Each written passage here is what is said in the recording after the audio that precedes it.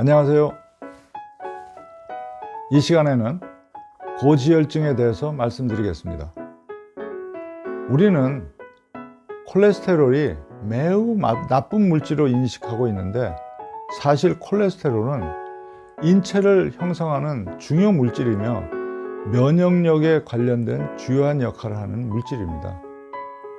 먼저 콜레스테롤의 역할에 대해서 말씀드리겠습니다.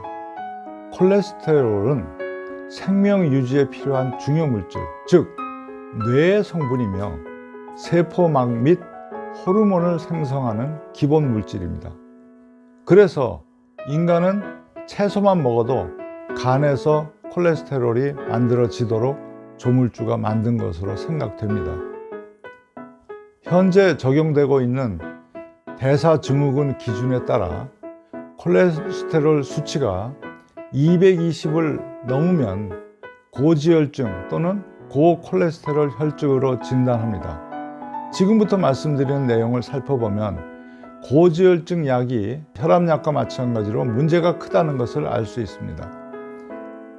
먼저 콜레스테롤 수치와 수명의 관계에 대해서 말씀드리겠습니다.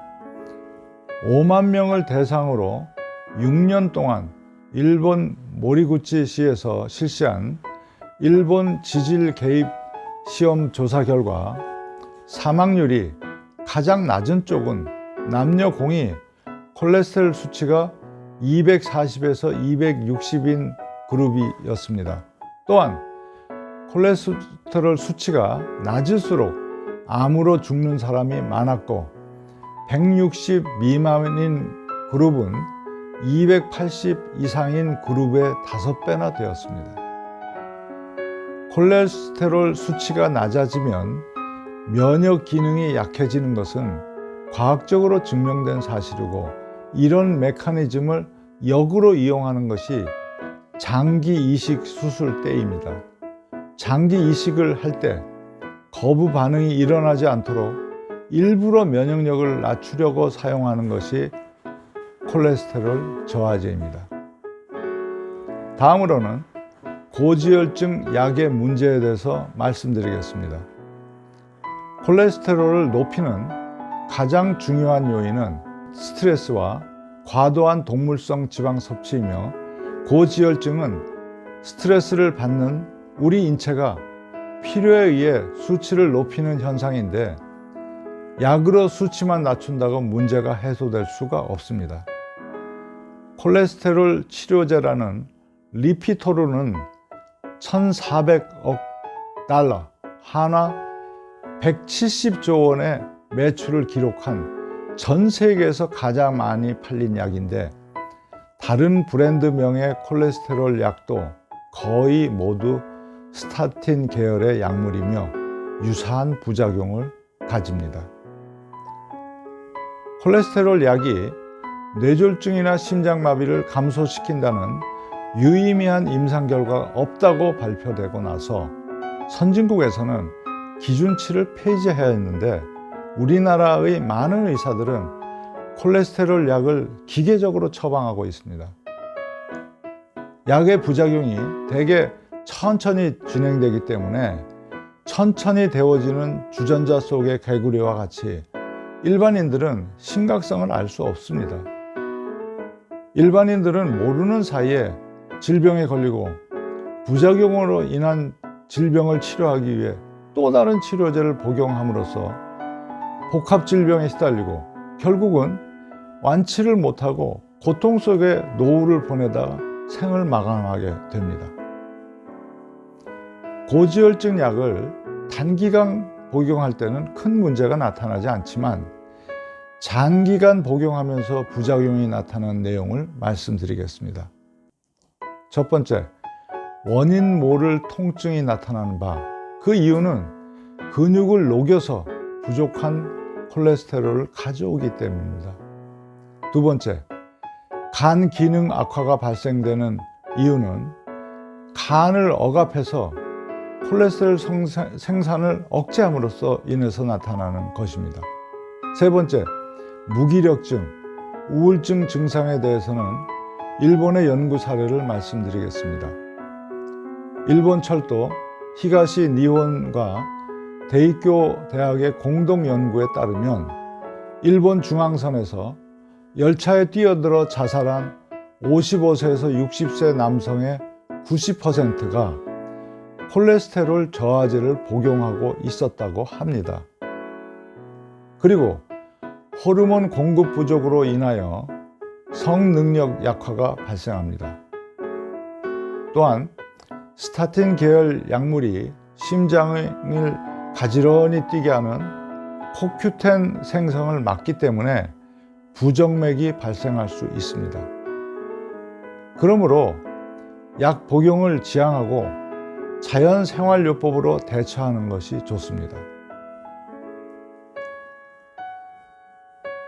더 나은 치료법 중에 식이요법에 대해서 말씀드리겠습니다.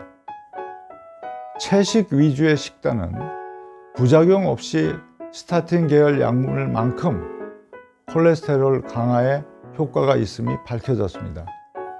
나단 프리티킨, 딘 오니시 같은 생활양식 의학 전문 선구자들은 심장병이 진행된 환자들에게 심장병이 거의 없는 아시아와 아프리카인들이 주로 먹는 채식 위주 식사를 권한 적이 있습니다. 그들이 기대한 것은 건강한 식단으로 질병의 진행을 멈추고 더 이상 나빠지지 않도록 하는 것이었는데 이것이 기대 이상으로 상태가 점점 좋아진 것입니다. 그들이 동맥을 막는 음식 섭취를 중단하자마자 몸에 쌓여있던 플라크들이 녹아 없어지기 시작했습니다. 심지어 심한 심혈관 질환을 앓던 환자도 호전을 보였습니다. 육고기에 있는 세균이 내 독소가 되어 포화지방에 의한 장관벽을 가로질러 혈액까지 운송되는데 혈중에 들어오면 염증 반응을 유발할 수 있습니다. 그러므로 심장병 환자가 자신의 식단을 과일, 야채, 통곡물 및 콩을 포함한 채식 위주로 바꾸면 증상이 급격히 개선되는 것입니다. 오니시 박사는 운동을 하든 하지 않든 채식 위주 식사를 한 환자들은 불과 몇 주 만에 협심증 발작이 91%나 감소했다고 보고했습니다.